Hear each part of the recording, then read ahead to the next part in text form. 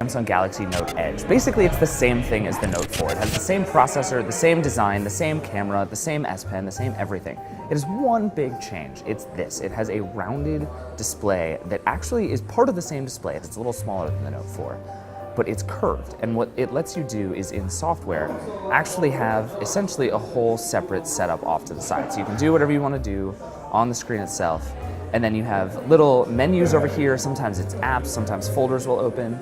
Sometimes it's contextual things, like if you have the camera open, the shutter button and all the modes come down here. So basically it's designed to be sort of complementary, sort of separate, and it's basically a whole other screen that you can choose to do whatever you want with. Samsung's done this before with the Continuum, which was sort of silly. This actually seems much cooler. So you can customize it by adding things like news and sports scores and Twitter and things about your steps and all this stuff. And what's going to be really interesting is when developers can actually get a hold of this and start to do cool stuff. My favorite thing so far, this is kind of small, is the alarm clock mode. So the idea is you set it down on your table as you sleep next to it, and it will just show you the time, and you can scroll through your notifications, you can scroll through your news, your steps, whatever you have while you're lying in bed looking at it. I don't know if that's cool. I'm kind of into it though, so I don't know, I'm a fan.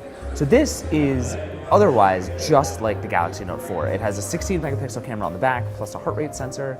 It has a removable back.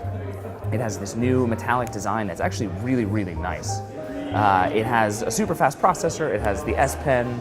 It has Samsung's same sort of wacky overwrought software as always, though I have to say, it is getting a little better with every iteration of TouchWiz. It's going to be the flagship model. Samsung doesn't expect to sell as many of these as the Note 4, but this is the one that Samsung is going to trot out and say, like, this is the future. It's going to be announced at IFA. Samsung hasn't announced pricing or availability yet, but there will probably be more to talk about this fall. It's coming to all 4 major carriers in the US and around the world. It's definitely the flagship phone, and that is the Samsung Galaxy Note Edge.